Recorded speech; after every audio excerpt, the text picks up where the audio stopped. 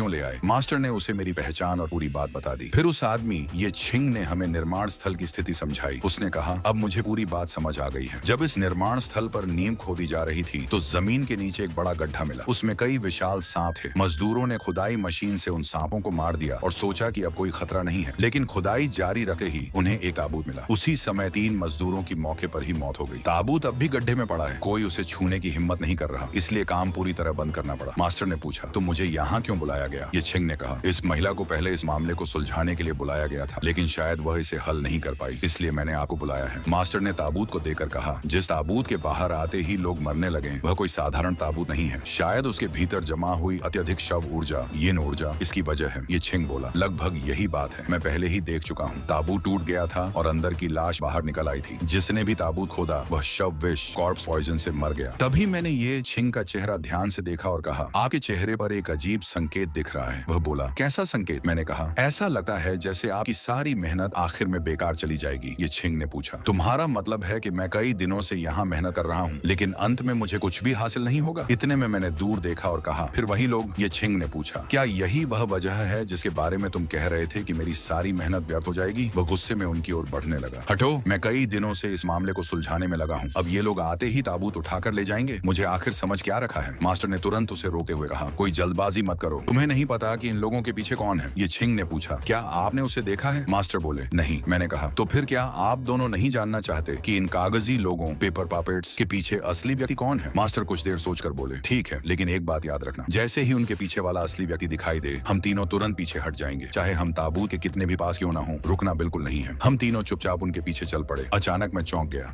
ये कैसे हो सकता है? वह औरत, क्या वही इन कागजी लोगों के पीछे है? मैंने पूछा, क्या आप उसे जानते हैं? मास्टर और ये छिंग बोले, जिस औरत की बात कर रहे हो क्या उसका तुमसे कोई संबंध है? मैंने घबरा कर कहा, नहीं, ऐसा नहीं हो सकता, वह मेरी माँ कैसे हो सकती है? फिर मैंने कहा, आपने एक बात नोट की, जब वह अंदर गई थी तब उनके हाथ खाली थे, लेकिन बाहर निकली तो उनके हाथ में कुछ था। आखिर वह क्या लेकर निकली? मास्टर बोले, चलो अंदर जाकर देखते हैं। अंदर पहुंचकर देखा तो ताबूत गायब था। मास्टर ने पूछा, ली, तुम्हें कुछ समझ आया? मैंने कहा, हाँ, अब समझ गया। लगता है हमारी जानकारी बहुत सीमित थी, हम कभी इस जगह तक पहुंचे ही नहीं थे। यानी वे कागजी लोग ताबूत को यहीं लाकर रख गए थे और मेरी माँ भी यहीं से कोई चीज लेकर बाहर गई थी। आखिर ये जगह है क्या? मास्टर गंभीर होकर बोले, ये भूतों की गुफा, घोस्ट केव है। यह भूत बाजार से भी कहीं ज्यादा रहस्यमय जगह है। सुना है पूरे मानव लोक में ऐसी सिर्फ 12-13 जगहें हैं। मुझे नहीं पता था कि यहाँ भी एक है, और उन 4 कागजी लोगों ने लाश को यहीं लाकर रखा है। फिर उन्होंने कहा, मुझे नहीं लगता कि तुम्हारी माँ ही उन कागजी लोगों के पीछे की असली व्यक्ति है। शायद वह यहाँ सिर्फ किसी चीज का लेन देन करने आई थी। इस भूत गुफा का मालिक एक भूत राजा है, यहाँ कोई भी उससे सौदा करने आ सकता है। मैंने कहा, चलो अंदर चलते हैं, शायद उस महिला की लाश अभी भी यहीं हो। अगर संभव हुआ तो किसी तरह उसे वापस ले आएंगे। मैंने पूछा, क्या इस भूत गुफा का राजा ही उन कागजी लोगों के पीछे वाला व्यक्ति है? मास्टर ने सिर हिलाया, शायद नहीं, उस असली व्यक्ति के सामने यह भूत राजा भी सिर्फ एक स्थानीय दबंग जैसा है। इसलिए जब मुझे पता चला कि यह जगह भूत गुफा है तभी समझ गया कि वह असली व्यक्ति यहाँ मौजूद नहीं होगा। मैंने पूछा, क्या यह भी हो सकता है कि यह पूरी भूत गुफा उसी व्यक्ति की हो? मास्टर बोले, मुझे नहीं पता, मैं सिर्फ इतना कह सका हूँ कि वह अभी यहाँ नहीं है। तभी अंदर से एक भारी आवाज गूंजी, नए मेहमान, बहुत समय बाद मेरे यहाँ कोई नया आया है, बताओ किस काम से आए हो? भूत राजा ने हमारी ओर देखा और बोला, मेरे नियम जानते हो? उसने हमारे द्वारा लाई गई वस्तु को देखकर कहा, 30 साल पुरानी काली लकड़ी, हाँ ठीक ठाक है, ऐसी चीजें मैं आमतौर पर नहीं लेता, लेकिन तुम नए हो इसलिए रख लेता हूँ। बताओ बदले में क्या चाहते हो? इसकी कीमत के बराबर मेरे यहाँ 3-4 हजार युआन की चीज मिल सकती है। मैंने कहा, हमें कोई सामान नहीं चाहिए। भूत राजा बोला, तो फिर क्या चाहिए? मैंने कहा, मैं आपसे कुछ सवाल पूछना चाहता हूँ। भूत राजा बोला, ठीक है, इस वस्तु की कीमत के बदले मैं तुम्हारे 2 सवालों के जवाब दूंगा। मैंने पूछा, अभी जो 4 कागजी लोग यहाँ आए थे?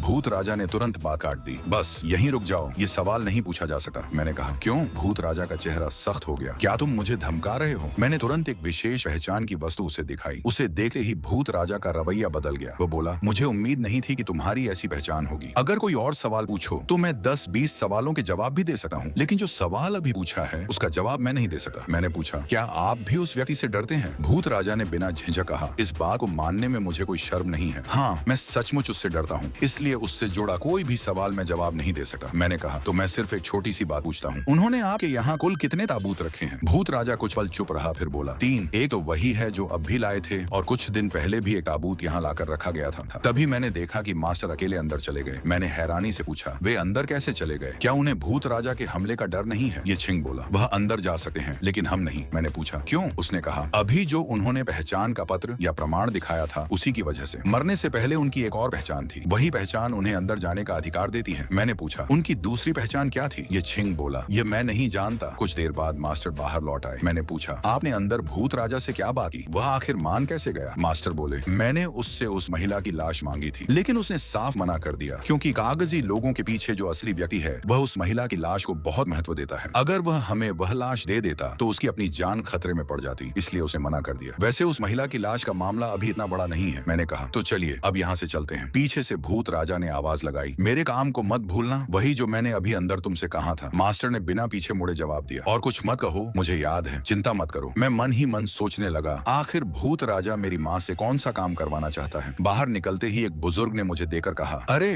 अभी जो लड़की थी क्या वह तुम्हारी माँ थी? फिर हंसकर बोले, मुझे तो पता ही नहीं था कि तुम्हारा इतना बड़ा बेटा भी है। मैंने कहा हाँ मैं उनका बेटा हूँ। बुजुर्ग बोले ठीक है, तुम्हारी माँ का नाम सुनकर मुझे भरोसा हो गया। पहले इस सामान को बाहर ले चलते हैं। फिर उन्होंने कहा ली तुम अभी घर जाओ, मैं कल या परसों तुमसे मिलने आऊंगा। कुछ देर बाद मैंने पूछा उसे यहाँ का पता कैसे चला? मास्टर बोले शायद उसने मुझे फोन किया था, मैंने ही उसे तुम्हारे बारे में बताया। वह आदमी बोला मैं तुम्हें एक काम से ढूंढ रहा था। मैंने पूछा क्या तुम्हारे दोस्त का मामला है? वह बोला हाँ, मेरे एक दोस्त के साथ कुछ अजीब हो रहा है, कृपया उसका भविष्य देकर उसकी मदद करो। क्या अभी तुम्हारे पास समय है? मैंने कहा तुम्हारा दोस्त कहाँ है? वह बोला ऑफिस में है, चलो ऊपर चलते हैं। मैंने उसके चेहरे को देखकर कहा जरूरत नहीं, तुम्हारा दोस्त सामने वाले कैफे में हमारा इंतजार कर रहा है। वह चौंकर बोला लेकिन उसने तो अभी कहा था कि वह ऊपर ऑफिस में है। मैं मुस्कुराकर बोला ये मैंने तुम्हारे चेहरे से समझा, तुम्हारा दोस्त जानबूझकर मेरी परीक्षा ले रहा है। किसी नए व्यक्ति पर शक करना सामान्य बात है। वह शर्मिंदा होकर बोला मैंने तो उसे पहले ही बता दिया था कि आप बहुत काबिल हैं, फिर भी उसने ऐसा किया। मैंने कहा कोई बात नहीं, उसका भ्रम भी दूर हो जाएगा। उसके बाद मैं एक मोबाइल खरीद कर घर चला जाऊंगा। कैफे पहुंचने पर गुओ टिंगटिंग ने अपनी दोस्त छाई मिन को बताया कि ली ये उससे पहली बार कैसे मिला था। छाई मिन ने सम्मान से कहा मास्टर कृपया बैठिए। मैंने तुरंत कहा मैं कोई मास्टर नहीं हूँ। छाई मिन बोली मेरा नाम छाई मिन है, हाल ही में मेरे साथ एक अजीब घटना हो रही है, कृपया मेरी मदद कीजिए। मैंने पूछा क्या हुआ? वह बोली कुछ दिन पहले मैं नदी किनारे टहल रही थी, वहाँ मुझे एक चित्र स्क्रॉल पड़ा मिला। आसपास कोई नहीं था, इसलिए मैं उसे घर ले आई। घर जाकर जब उसे खोला तो उसमें एक ड्रैगन बना हुआ था। मैंने ज्यादा ध्यान नहीं दिया और सो गई, लेकिन अगली सुबह जब मेरी आंख खुली तो मैं अपने बिस्तर पर नहीं बल्कि उसी नदी किनारे पड़ी थी। मैं अस्पताल गई, डॉक्टरों ने कहा कि मुझे कोई बीमारी नहीं है, लेकिन अगली रात फिर वही हुआ। मैं सोई अपने घर में थी, लेकिन सुबह उठी तो फिर नदी किनारे थी। अब मैं बहुत डर गई हूँ, मुझे लगता है कि मुझ पर किसी बुरी शक्ति का असर हो गया है। शायद मुझे वह चित्र उठाना ही नहीं चाहिए था। मैंने कहा पहले वह चित्र मुझे दिखाइए, लेकिन मैं पहले से यह वादा नहीं कर सकता कि मैं इस समस्या का समाधान कर पाऊंगा, क्योंकि मेरी असली विशेषज्ञता तो भविष्य देखना और चेहरे पढ़ना है। चित्र देखते ही मैंने हैरानी से कहा अरे इस ड्रैगन की आंखें ही नहीं हैं। इसके बाद ली यी ने उसे ड्रैगन की आंखों में प्राण डालने वालोंग डियांजिंग वाली प्रसिद्ध कथा सुनाई। Thanks for watching.